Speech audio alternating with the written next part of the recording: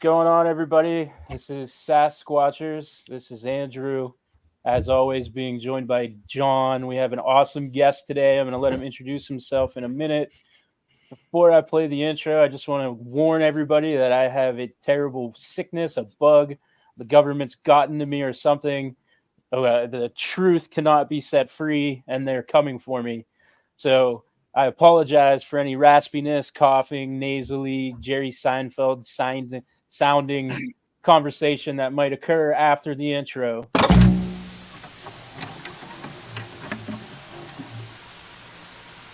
The truth is out there.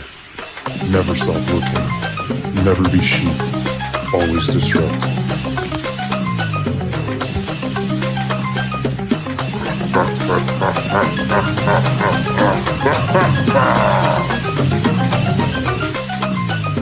We are the ungovernable. We are the truth seekers. We are Sasquatchers.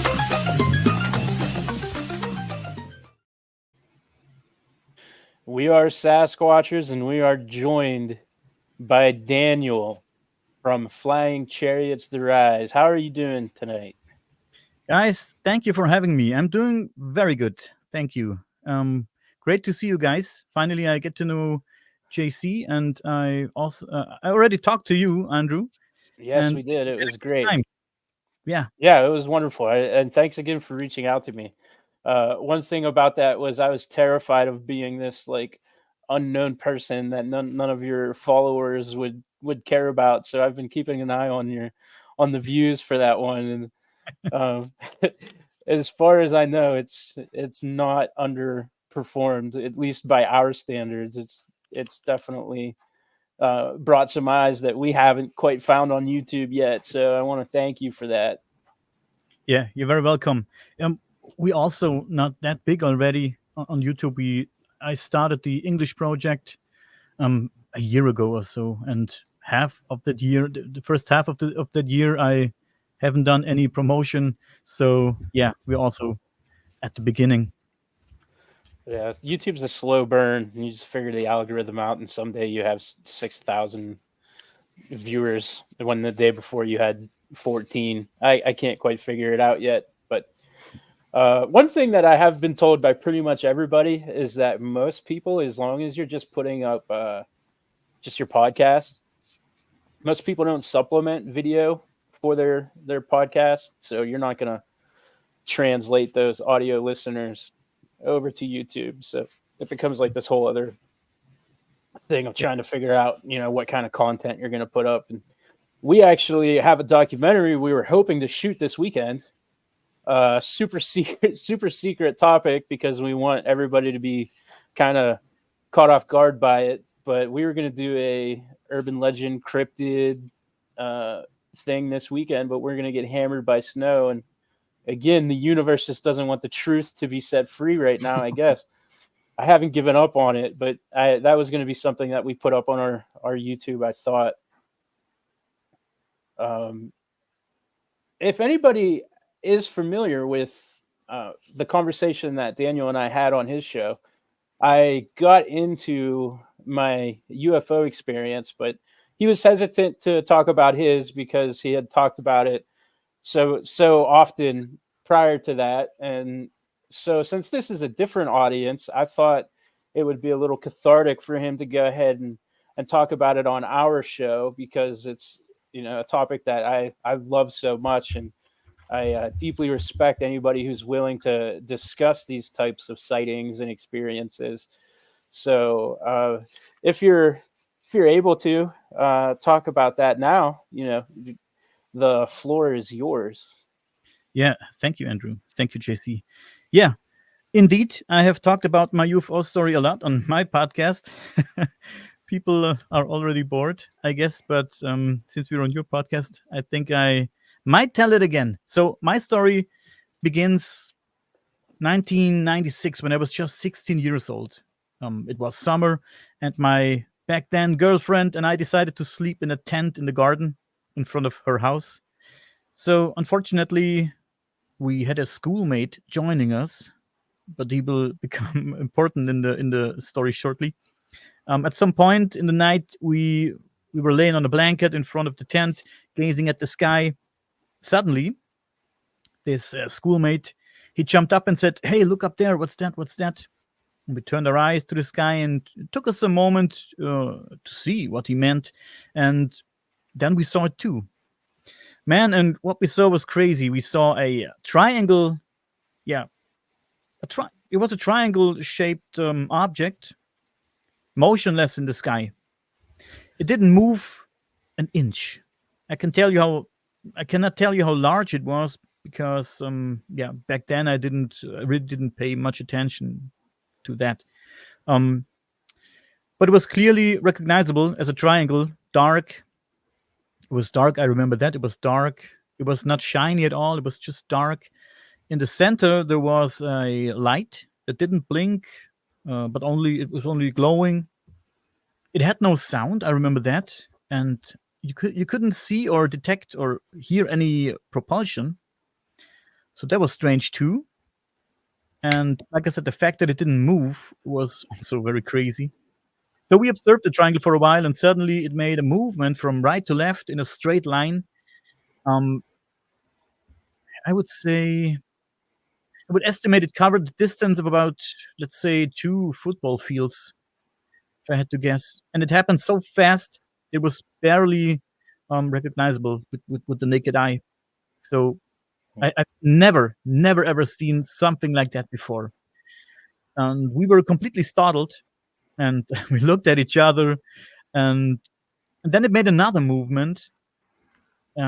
This time in a, let's say, in a zigzag or a C pattern. It also happened in the fraction of a second. And yeah, it was the moment when we ran inside into the house, closed all the doors, closed the windows, and we didn't look outside anymore. Yeah, we haven't talked about it much since then. And eventually we drifted apart, and everybody's on life, right? Um, yeah, unfortunately, I really don't know what the others think about it now. Um, whether they still remember it or even interested in it anymore, I don't know. But for me, it was, yeah, kind of a starting signal and my entry into the world of the, yeah, let's call it in fringe. Some call it fringe sciences, and all that mysterious stuff into the paranormal, into UFOs. Yeah, it's basically my UFO story. That's how it all started. My package. That's really cool. I'm jealous of anyone who sees the large triangle UFOs. My own experience was pretty awesome, but those those triangle UFOs have a bit of a following. They've been around. Lots of people have been able to see them. If I'm not mistaken, I think they were the ones that were filmed in Vegas and Nevada, Mhm. not long after, or I guess around your experience, the same time, around '96. I remember Art Bell had seen a triangle UFO. He talked about it a lot. So those big triangles, they're out there. They're really cool. We talked about the X Files when I had appeared on your show, and that's kind of the first UFO that you see on the X Files. I'm in the middle of an X Files rewatch right now, and I just watched the episode. It's episode 2 of the X Files when you see that the government is using the borrowed technology and they're driving around in the triangle UFOs. So those are those are neat, and I think that's cool that you got to experience one. Do you remember what color it was by chance? I just remember it was dark, and I think they gave these things a name, and they are called TR3B, if I remember right. You can look them up on the internet. TR3B. Yeah, it was dark. I don't recall if it was black or blue, maybe dark blue, but it was just dark.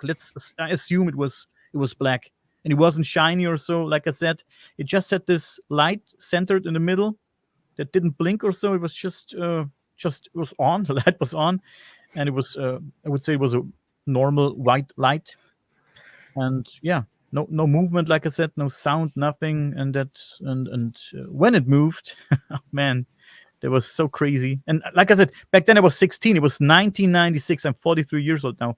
Um, we didn't know much about UFOs. Of course, we've seen a few movies on the TV and saw in the theater stuff like that, or maybe some. I had a magazine in my hand where UFOs were pictured, something like that. But I wasn't really interested in all that stuff. So it was crazy, crazy experience. Stuck with me forever. Yeah, absolutely. When you ran into the house, did you see where it went after that? Did it, ascend or leave or dart away? Or, I imagine if that was me, I'd be peeking through the blinds, trying to catch a look as to what was going on. No, man, we were closing the blinds like really tight. we, we were so scared when it moved. The first movement was crazy already, but it was a straight line from left to right or right to left. That's yeah, I think from right to left. And the second movement was this crazy zigzag or C shape, and it was spectacular.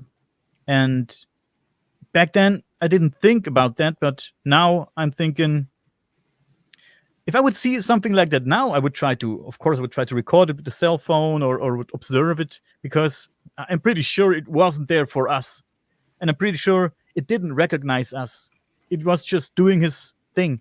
And what else is crazy is that where we've seen that thing, where I lived back then, it was a very small village. I'm talking about, um, let's say, 200 people at best, like a very small village. It was hovering above our village, and there's nothing. So I don't know why such a thing would hover around there. That would it was also very strange and made me think.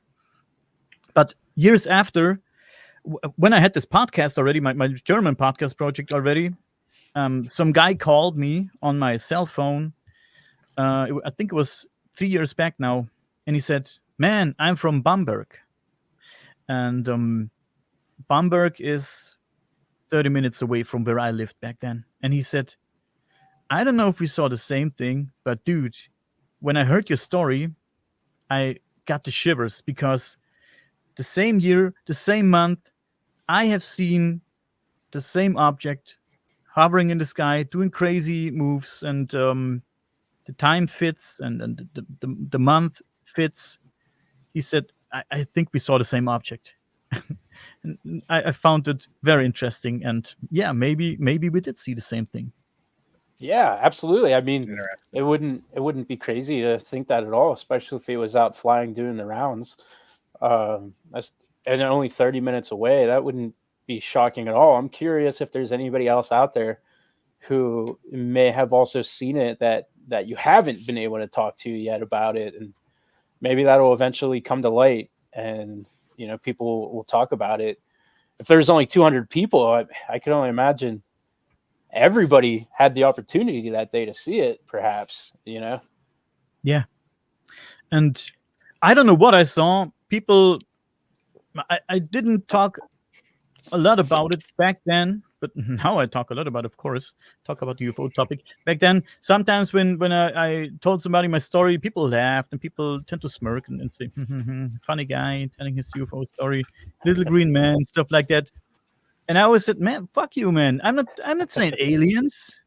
Can I say fuck you? Sorry. No, yeah, I, absolutely. We don't we I'm don't sorry. do any.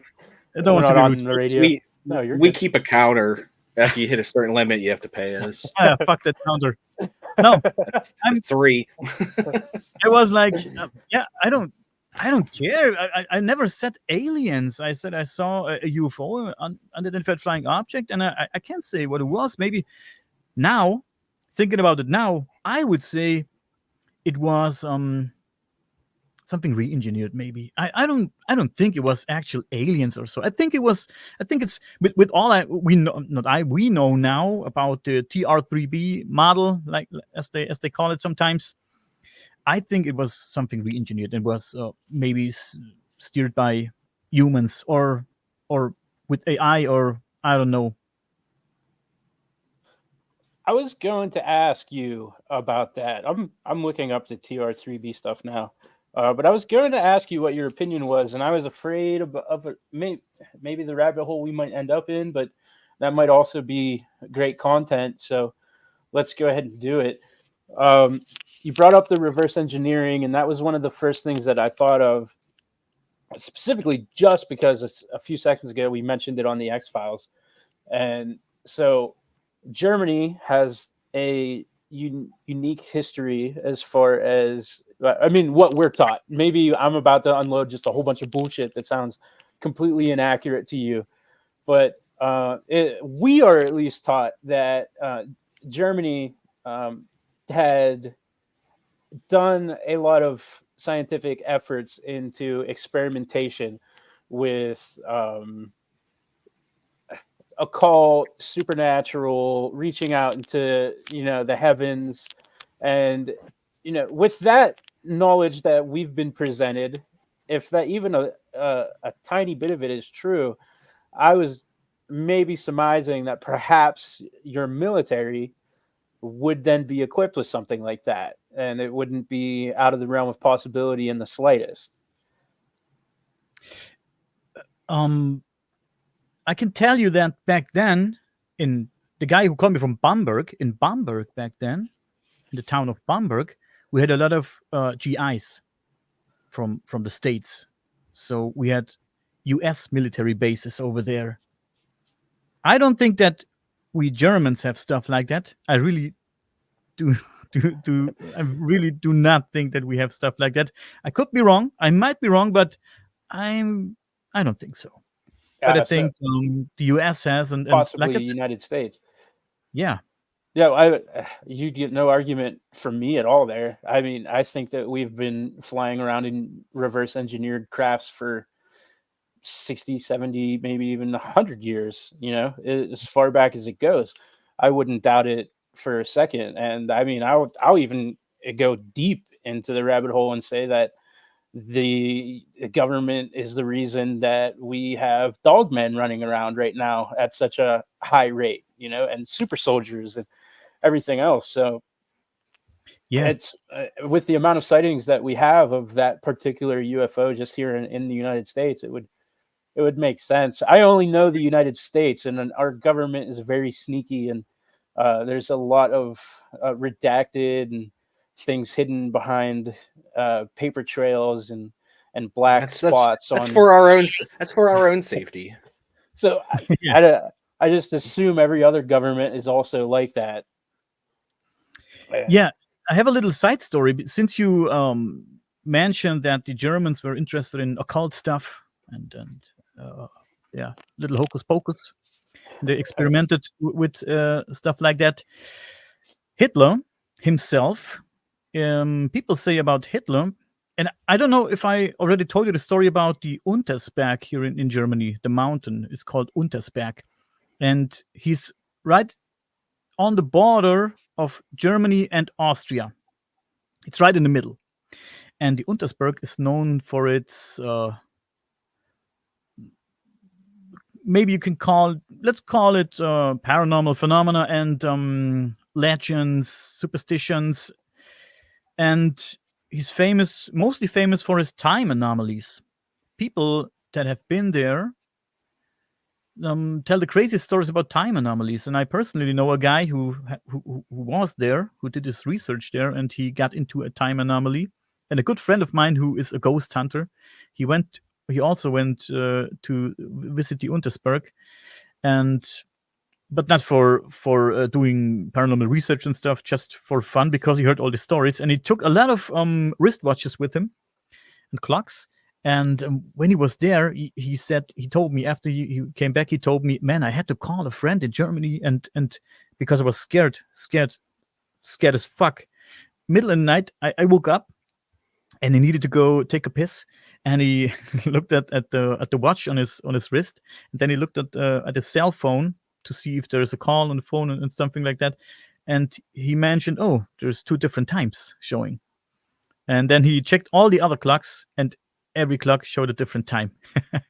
And he got scared and said, fuck, man, now I'm really scared, because he had the stories about when people said they saw guys in very old military uniforms and stuff like that. He said, "Man, I don't want to be involved in something like that." So he called his friend, and he answered. She answered the phone, and she said, "Yeah, it's I don't know, 8 o'clock or something like that." And yeah, he was very scared.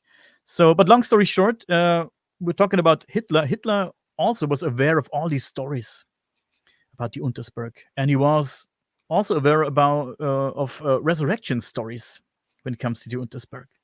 An old king is said to lay inside the Untersberg, and one sweet day he will resurrect and come back. And Hitler knew all these stories about the Untersberg, the superstitions and everything. And people say he wanted to be buried. After this, he wanted to be buried at the foot of the Untersberg because I think he wanted to come back one day.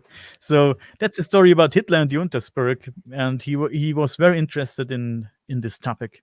So just a little side note here, but I found it very interesting when I found out about it. Yeah, it's super interesting, and I guess lends at least a little bit of credence to the government at the time being into the occult and the woo-woo stuff that uh, everybody kind of talked about.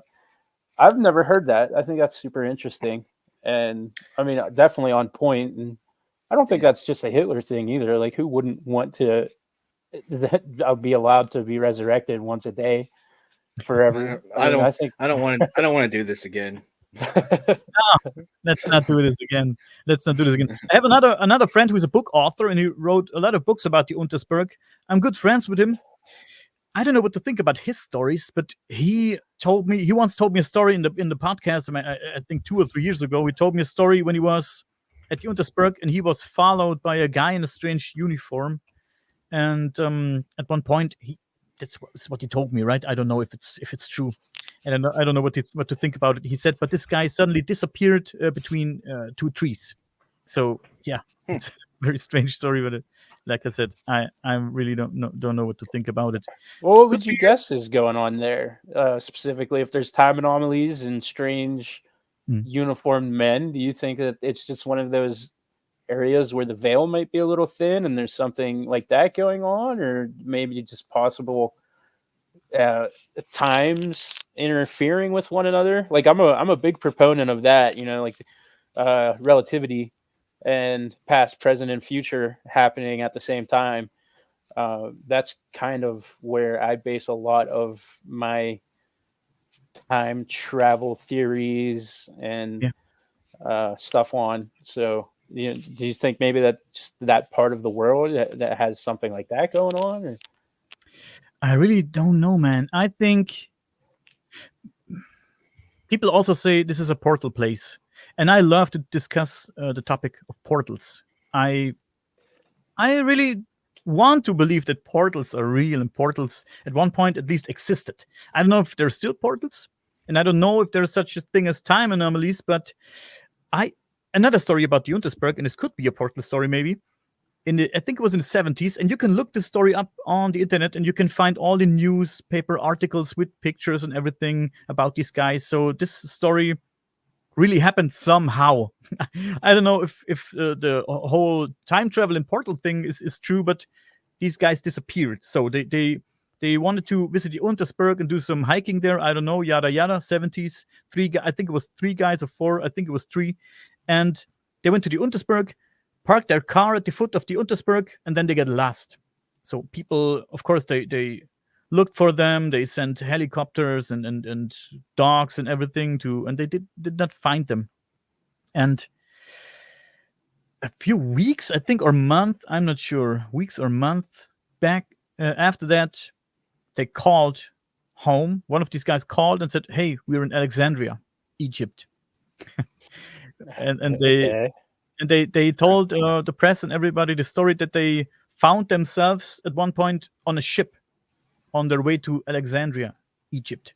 So their passports, they say their passports were still in the car at the foot of the Untersberg. So, and how you get to Austria, to Egypt without your passport, right? I don't know. And Strange. like I said, they could be hoaxers, these guys. I don't know how they did it and what they did, but they got lost and they were found in Alexandria. So This Actually, I see that there are multiple stories of missing travelers, of people that have just slipped off into the crevasses of the Untersberg. There's an 87, 2001, and 2008 cases. Yeah. But I wanted to touch on, you'd mentioned about the king sleeping inside the mountain. So it turns out this is actually a famous king that people should Yeah. know. It was Charlemagne. Yeah. And he had The a god? Yes, King Charlemagne. And interesting enough. The story is that he has a squad of dwarves Yes. for taking care of him, but he actually had held a conference on Christianity in 803 AD, where he had brought some bishops to Salzburg Mhm. there to discuss, and the reason that they had met there was because of I don't know if they probably wouldn't call it paranormal at that time, but because of the energies in that they thought it was a holier place for meetings. So I'm reading now, there's stories in both Christianity and Islam that mention about people going there for healing, people going there and sleeping for like 100 years and waking up 100 years later, being greeted by a woman with white hair, and then feasting, and then waking up hundreds of years later. So I'm gonna have to look more into this, because to be honest with you, like, you look at it, it's just a mountain, right? Yeah. And then Salzburg on the other side, like, I want my Stiegel. Feeling thirsty now. Yeah. But it seems there's a lot of things. There's like some end of the world stuff here. Dwarfs, like you mentioned, dwarfs and also Dwarfs, giants. yeah.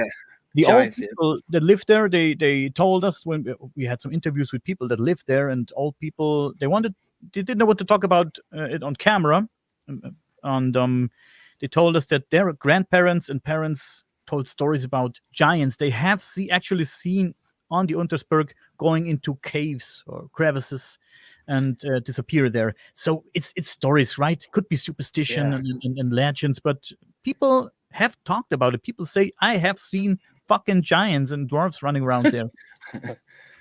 I've Drew, never do heard you of have this an before. do you have an up-to-date passport? Not yet, but I can get one.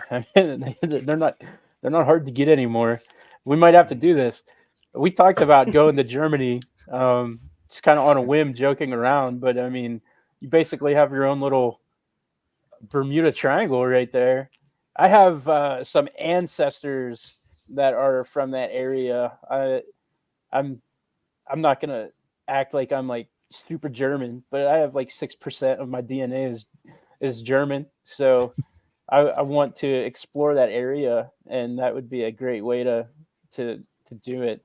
I want all my travels to be paranormal related from now on, and I don't know how my family feels about that, but I can just travel with John with John instead.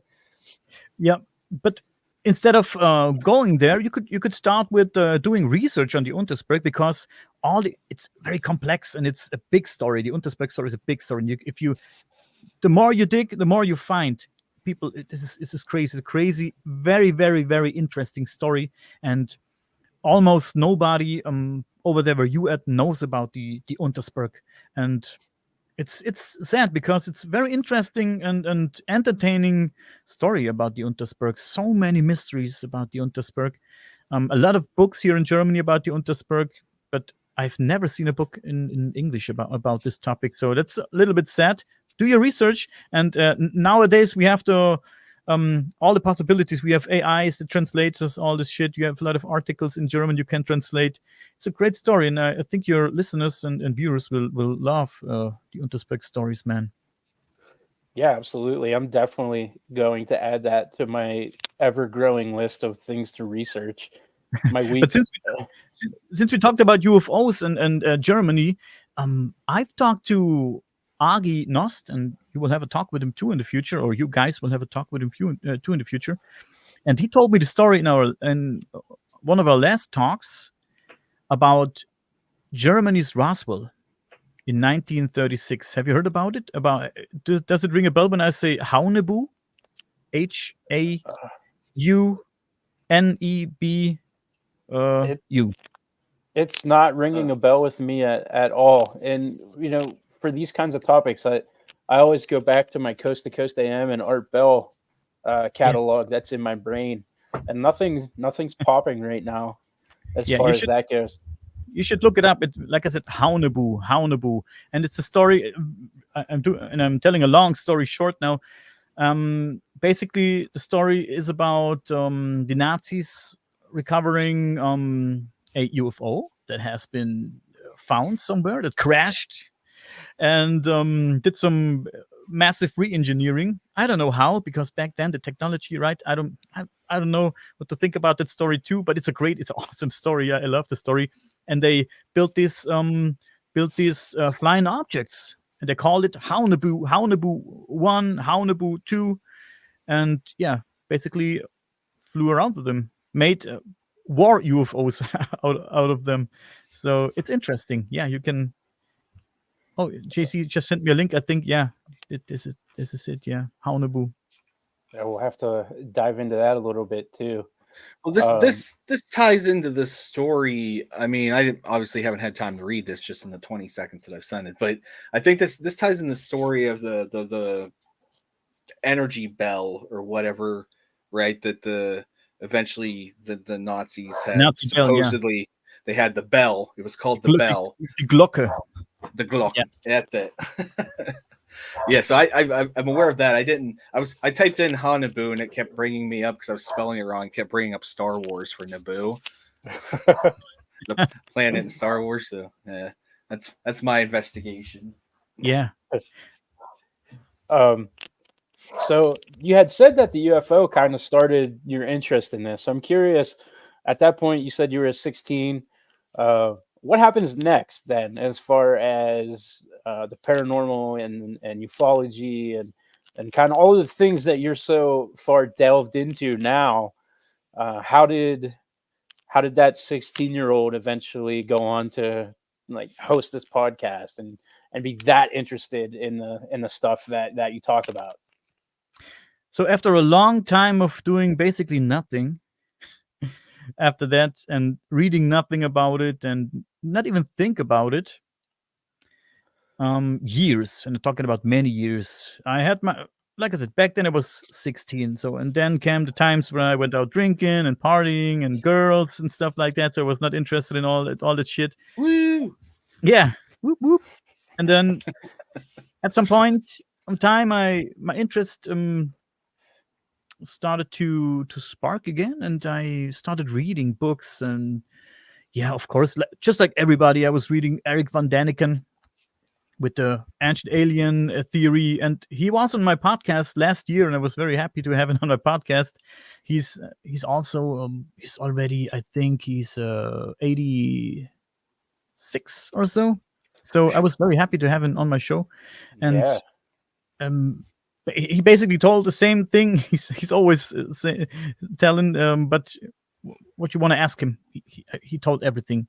So, like a million times, but it was very interesting. It was an honor to have him. So yeah, like I said, I read books like that, and um wrote, did read magazines about UFOs and paranormal stuff. And the paranormal also was very interesting for me, because when I was 10 years old, and if you want to, I can tell you a little story about that. My first let's call it paranormal encounter. It's not spectacular, but when I was just 10 years old, um I was lying in my bed in my room. My parents sent me to bed, and I was listening to cassette tapes with my Walkman. It was a red Walkman. I remember that as if it was yesterday. And I was listening to He-Man and Masters of the Universe, which I loved back then. Who doesn't? I love He-Man. I still have cassettes here, man. I love that shit.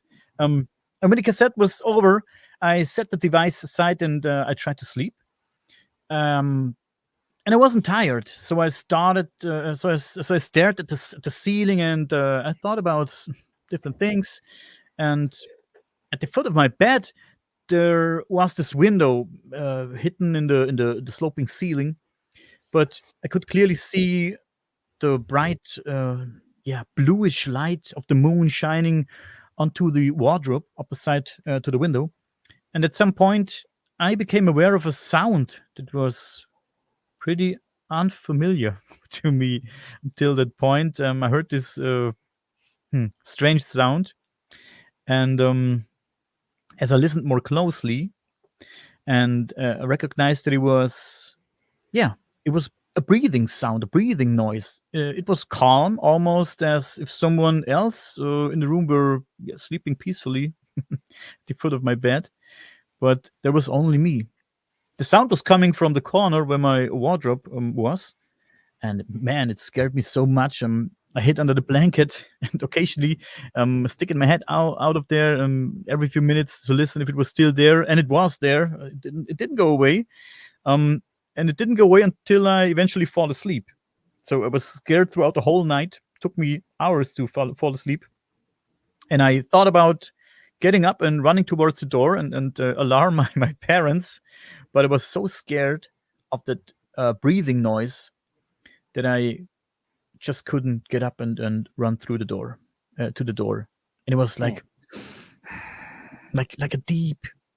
It was now thinking about it, it was crazy, man. Next day, I told my best friend about it, who was actually my neighbor, almost the same age as me, when we walked to school. And I talked to him about it. I said, "Man, I heard this crazy noise, man, and something was breathing in my room, and I'm afraid it is a ghost." And he was just laughing at me.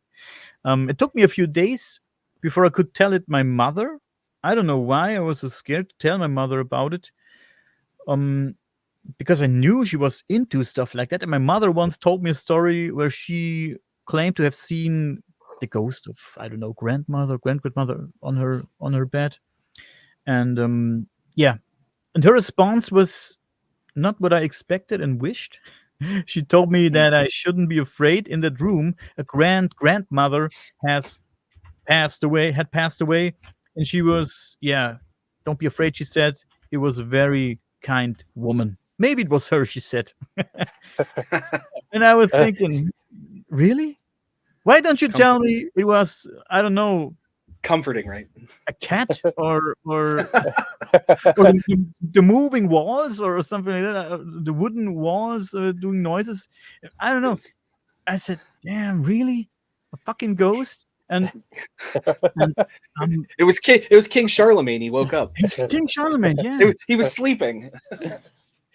But I don't know, guys. I don't know what it was, but for a very long time, I had no recollection of the nights following that one night in that room, and that's crazy. I do not remember how the subsequent nights unfolded, whether I was scared or not, or if I even slept in that room. I really don't know. I can't remember. I do remember, for the most part, of course, because it's long ago, I do remember what I did during the day in that room, or that I remember that I often spent time there, but I don't know about the nights, man. I don't know if I slept well, if I even slept, if it happened again, or I don't know, man. And that's crazy. Still puzzling me to this day. I really have a lot of memory. Looking back on that, do you think that you were just paralyzed by fear and couldn't bring yourself to leave or to get out of there, or do you think that whatever that entity was using some kind of effect on you that rendered you paralyzed? No, I really was scared. I could have gone up and run through to the door, but I just was scared. I was scared to get up, and I was thinking, man, if I get up now and run to the door, something will grab me. So as a kid, you're, and I had this typical bed, like back then we had the bed. We had the space between the floor and the bed, and you can, the ghost under the bed. You know The what I mean? boogeyman. The boogeyman, grabbing me by the foot and pulling me under the bed. I was scared about something like that. Yeah, I still am. I just couldn't stand up. You know what gets me is closets, and it's because I had a similar experience when I was young, and I always thought that maybe I was just like a paranoid kid who had seen too many horror movies too early. I always reminisce very fondly of the fact that the first movie that I can remember seeing in a theater was A Nightmare on Elm Street 5. Oh, and it's the one with the 3D. And no, Freddy's Dead was 3D. That's the one that I had seen. And so early on as a child, I had a. It's super valuable now. I hate that I don't own it anymore. There's this yo-yo and it's blue and it had Freddy Krueger on it, and that thing goes for like hundreds of dollars now for this yo-yo. But I had like a Freddy Krueger poster next to my crib, and I just strangely have memories that far back, and they always seemed false to me. But I would always have somebody kind of reassure that the things that I was remembering were true and accurate. And I'm seeing that with my youngest son right now too. Is he's 4 and he has such a distinct memory that he recalls and recounts things from when he was 1 years old or younger. It's the strangest thing, but I've kind of had that same memory my whole life. And so I can remember seeing these movies at an age when I shouldn't have been able to see them. And so I just kind of always thought that that kind of molded me and shaped me into to who I am as an anxious person who's paranoid about everything. But um, I had an experience when I was living in this apartment building, and in my closet, I would always could just tell you that there was someone or something in my closet, and I couldn't sleep at night because of it. And there was one night in particular that it opened, and I couldn't see any, like there wasn't any, like, what's the word, corporeal. There, I always say it incorrectly and get made fun of. That was it. There You got it. wasn't any corporeal. Well, you get made fun of for something enough, and it eventually sinks in. There wasn't any corporeal being there, but I could just sense that there was this like child that was there. And I myself, at this time, probably between kindergarten and first grade, couldn't have been any older than that. And that always creeped me out. And I never slept really well in that bedroom either. But I also strangely in the next bedroom always felt like there was a witch, which is like the strangest thing. But if I ever had to go upstairs in that apartment by myself, like I was absolutely terrified that the witch in my parents' room was going to get me. And so when I started to have like the closet situation happen, and to this day, I don't, closets creep me out, and I can only sleep a certain way because if a door is to my back, it like ruins me. I can't sleep at all. But I also started to experience sleep paralysis not long after that as well. And so, I mean, maybe everything is all just connected to that. And there are certainly a lot of people who scientifically like to say that sleep paralysis is nothing more than, serotonin in your brain. But I've done some heavy research on this because it's affected me so deeply my entire life. And while scientifically they do prove that serotonin production in your brain increases during sleep paralysis, there is no scientific explanation as to why.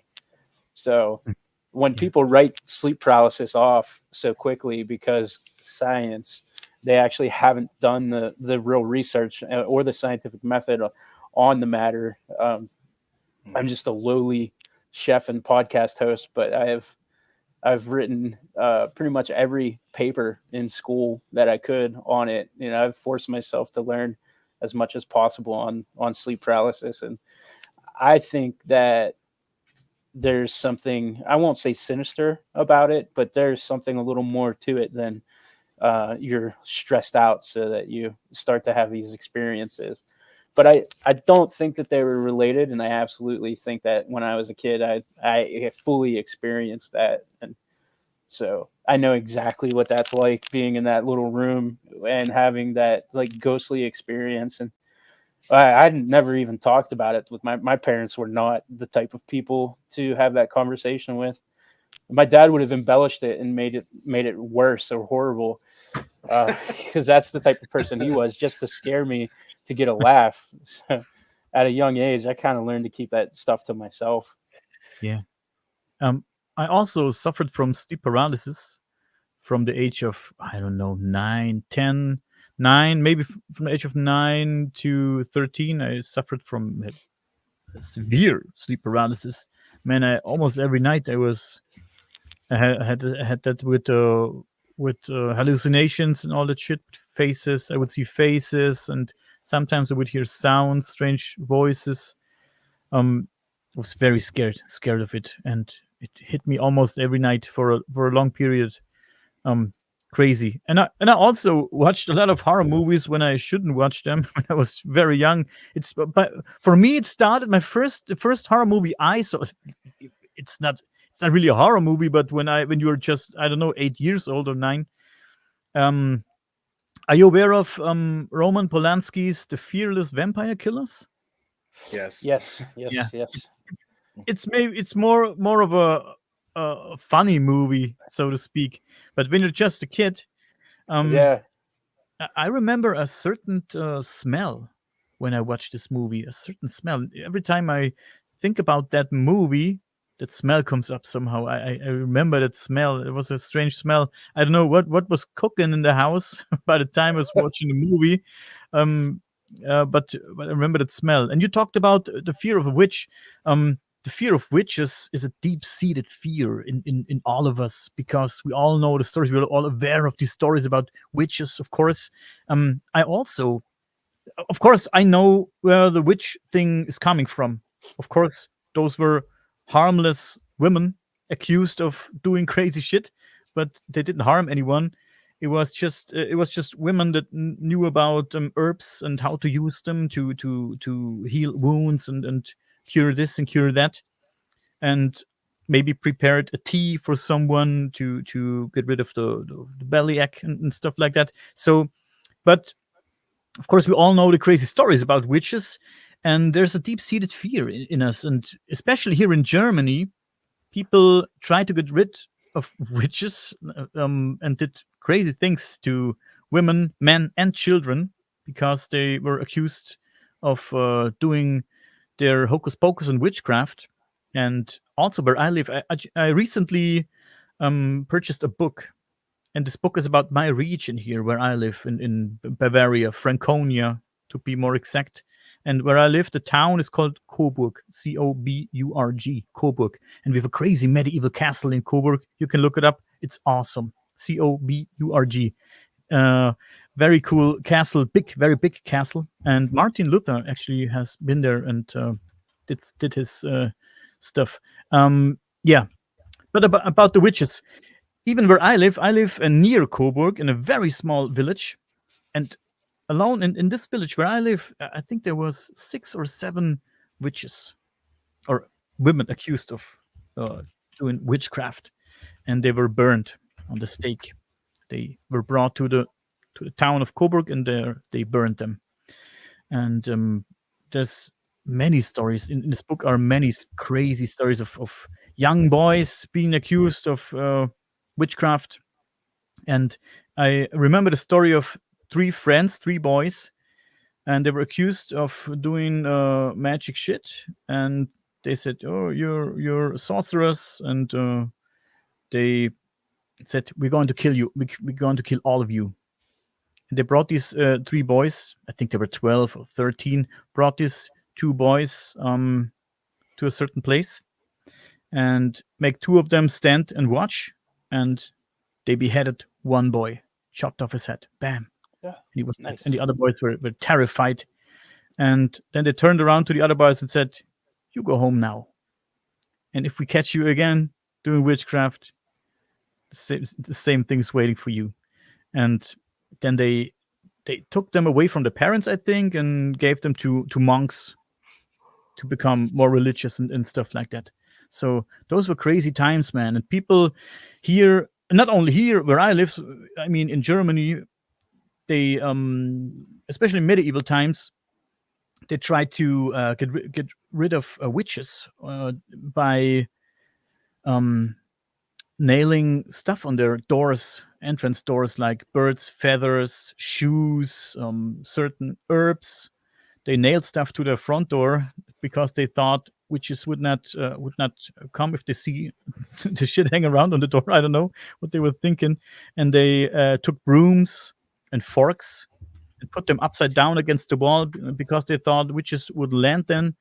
And yeah, they were, yeah, simple-minded people, but they thought it helps, and sometimes they took a piece of chalk and painted a circle around them, and they were afraid of the witches, and they painted a circle around them, and they thought witches wouldn't step into that circle. Sometimes they put a circle around their house, and they felt safe. So basically, they did the same as the witches did back then. That's the crazy stuff. They used magic. Sometimes they used magic spells to get to because they were afraid of witches. They thought if I put out a magic spell, the witch won't come. Or I put the stuff on my door, or I put these herbs together, and so they did the same the witches did. Yeah, that's Because they were afraid of all witches. ritualistic behavior. Yeah, That's irony that was probably lost on them. But I wonder what it is. I don't know if it's like just deep-seated religious fear that birthed that, or if there was something a little farther back in our history, our instincts. I mean, the religion. human instincts are I I would assume religion played a big part in it, but It changed a lot. Let's talk about the devil for a second. When I talk about the devil, what kind of picture is in your minds when I say the devil? Picture the devil. Picture me the devil as it's in your mind right now. Like, how does he look? I guess probably that Puritan devil with the horns and Yeah, the red like big. skin and hooves. Yeah, big skin, horns, hooves, like a Yeah. bodybuilder with these animal legs. So the devil, before that type of devil came out, this is what the church made of the devil. So the devil was very different. The devil was something like devil was a very small, like a almost like a fairy. He was. People thought the devil was very small, lurking from beneath the stove, and observing you. And if you look away, he's throwing the bottle from the table, stuff like that. So he was very yeah, he was not very brave. He was small and not very brave, and he did shit when you weren't watching. So people were afraid of this kind of this was the devil back then. It was the original devil. It was like little very little beings um observing you and pushing your I don't know glasses over. So and then the church made pictured a very crazy picture of hell. And then we had the hell with the bodybuilder like devil, the almighty devil. And yeah, this is what the church made of it, of the story, because it was all different back then. It was all different. People had their nature religions, and went to their certain places in the woods, and they were very in touch with nature. And church made a devil out of nature. They said, no, you have to. Now we have this. Oh, we have an awesome book here. No, you don't have to go to your favorite tree and sit there and thank nature for giving you food and stuff. No, we have a cool book here. Read this. Read this. It's called Bible. Read this book. It's way better. Oh, and by the way, if you won't do that, we will kill you. Yeah. So there's stories of emperors that killed hundreds and thousands of people in one day because they wouldn't become Christians, because they wanted to stick to their nature religions and to their nature spirits. Yeah. Yeah, so I can definitely see some deep seated fears then being passed on and passed on. Um, During the course of this conversation, though, I've kind of been wondering. Um, you had said from like 9 to 13 that you were kind of also plagued by the sleep paralysis stuff, and that you'd seen faces. But Did you ever have the hag or the witch, as some people call it, experience when that occurred? Because Yeah. The when it heck. what when mine started, I didn't experience that. Like I almost had to build to it. Um, the first few that I had were kind of scary in nature. I again, Freddy Krueger. I had a sleep paralysis occur to me once, and the hallucination was that I got up out of bed and I walked out into my living room, and the sunlight was coming in, and Freddy Krueger was laying on the ground because the sunlight was hurting him, and he was begging for my help. And I go over to help him, and then he started to like attack me, and then I couldn't move, and I was paralyzed. And that's the first one that I can remember. But after that, my sleep paralysis then turned into my cat. I had I had a cat for 19 years, and she would very often during the daytime, almost like a smaller animal or a bird would perch on my shoulder, Yeah. and I'd like walk around with a kitty scarf, basically, like she would lay on my shoulders. And so when the sleep paralysis started to occur again, I for some reason always felt like it was my cat like laying on me and stopping me from being able to move. And it wasn't until after my cat died, and if, like, I had moved on from that house that I was living in, I started to then experience what I have now and has not changed ever since, is that every dream that I have that leads into the hallucination starts with this house, and it's always the same house, and it's a house I've never been in before, but I can Mm. tell you every single detail about this house because I've been to every single layer of this house, and all of these dreams lead me to the basement, and in the basement there's like this little uh, like corner door that opens up, and it's almost like a dungeon. And as soon as I get into that basement, I know that that presence is there and it's coming for me, and I've seen it as the hag. And then now when I have that paralysis moment, the hag then comes out of that door and is on top of me. And it's so consistent.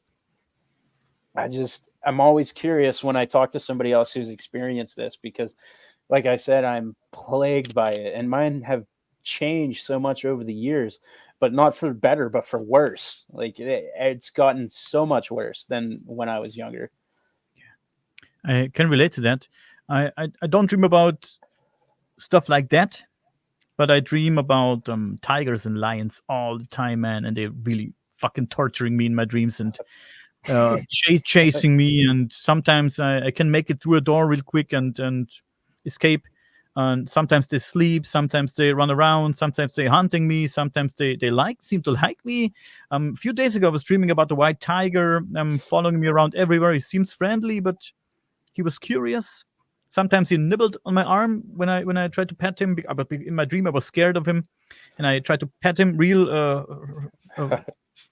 softly, and sometimes he bit my hand, but not he really didn't really bite, but some kind of a love bite or something like that, like the cat or the dog does sometimes. And yeah, I dream about that shit all the fucking time, man. And I had this young woman on my podcast. Her name was Marie, and she told me about a reoccurring dream that she has all the fucking time since she is a child.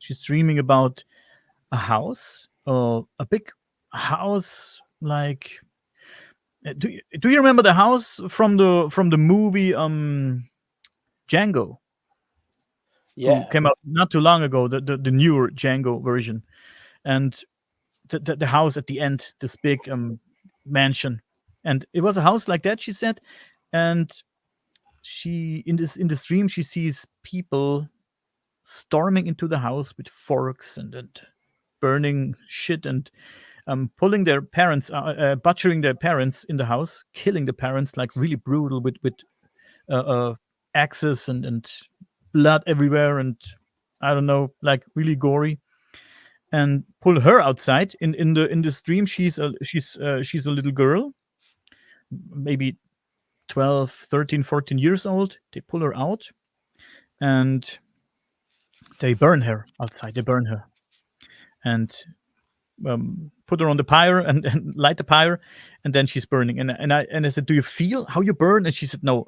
Every time the fire is coming closer, the flames coming closer, I wake up." But she has to dream all the time since she's a child. She's dreaming the same shit.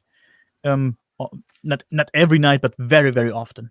Yeah, that's crazy, man. That's really I fucked up. wonder if that's maybe like a past life memory that she might be experiencing, Yeah. or it's crazy to get into that. I had read Many Lives, Many Masters. I can't remember the author right now, but it was a book that really presents the idea of reincarnation as something that is, I'm not going to say factual, but um, a real strong possibility. And just the way that book is written is it's fascinating to read. And I found myself kind of giving into the idea of it when I had read it. It's a great book if anybody is into that kind of past lives and reincarnation. That's a starting point if you haven't read it. It's a fantastic read. Yeah. But yeah, I wonder if that's kind of what she's going through with that because I mean, so many people lean on trauma and mental illness is now a blanket term, at least here in America. It's a blanket term, and everything that goes wrong is we just have a mental illness problem, or you have childhood trauma, so you have this dream your entire life. And man, I just there's we should give some credit to the human body and the human brain that can endure so much and get through so many adversities. And the second something that that makes us ponder or question our reality just a little bit, suddenly not well now that's trauma and mental illness. And Yeah. um, that bugs me. Like people are they're just so comfortable in this little box. Meanwhile, we have this entire strange universe that surrounds this box with answers if we look for them. Hopefully, and just people are so content to just be in that answerless box. Yeah. And But the box is comfortable. It's more right, comfortable.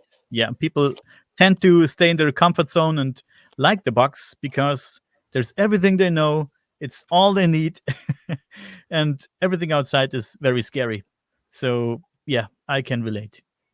yeah, absolutely. And then of course, you know, the unwillingness to just even look for it's a sense of adventure to me, honestly. Like Yeah. it, I am fascinated by what you just told me about that dream, and like I want to I'm almost jealous I don't get to experience that, as horrific as a dream as that is, to go your entire life and have this like mystery.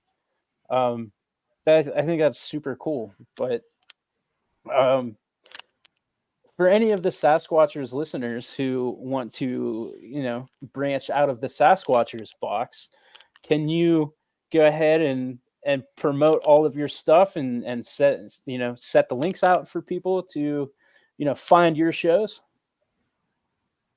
Yes. Thank you. Um, you can find me if you want. You can find me on Facebook. I'm sure Andrew and JC will put up a link below this episode. My name is Daniel Bechmann, Bechmann. It's a German name, of course. And yeah, look up my podcast on YouTube, Spotify, Apple Podcast, and Amazon Music, everywhere where you can find podcasts. It's called Flying Chariots: The Rise. We talk about UFOs. We talk about the paranormal. Um, yeah, we have interesting guests. We talk to book authors and to interesting guys like yourself, Andrew and JC. And I hope to talk to JC in a separate episode too. I'm sure JC also has some interesting stuff to tell. Yeah, and maybe for those who are familiar with German, Andrew and JC can put up a link for my German podcast, which is called Sagenhaft und Sonderbar, which is translated to fabulous and strange, something like that. And yeah, we also have interesting people there. Not much in English, most is in German. The talk with Eric von Daniken is there. I talked to Avi Loeb about this project and a lot of other interesting guys. So yeah, if you want to get in contact with me, tell me your story for my project, maybe follow links in the description, guys. Yeah, and I absolutely encourage everybody listening to do that. Daniel has been a really cool friend that we've made here in a short period of time, and we've only scratched the surface. I think there's a lot more that we can talk about in the future. and hopefully we'll be able to do that soon. But in the meantime, everybody go check that show out and support all of our friends in any way that you can. I'm going to go ahead and hit our awesome outro video now because I've been holding a cough for like 5 minutes. And again, I apologize everybody that I was sick, but I don't miss dates, and I certainly wouldn't miss a conversation like this.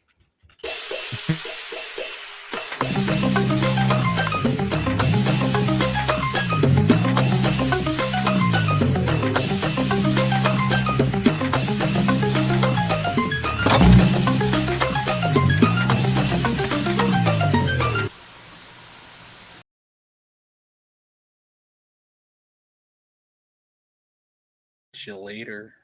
Thanks for squatching, everyone.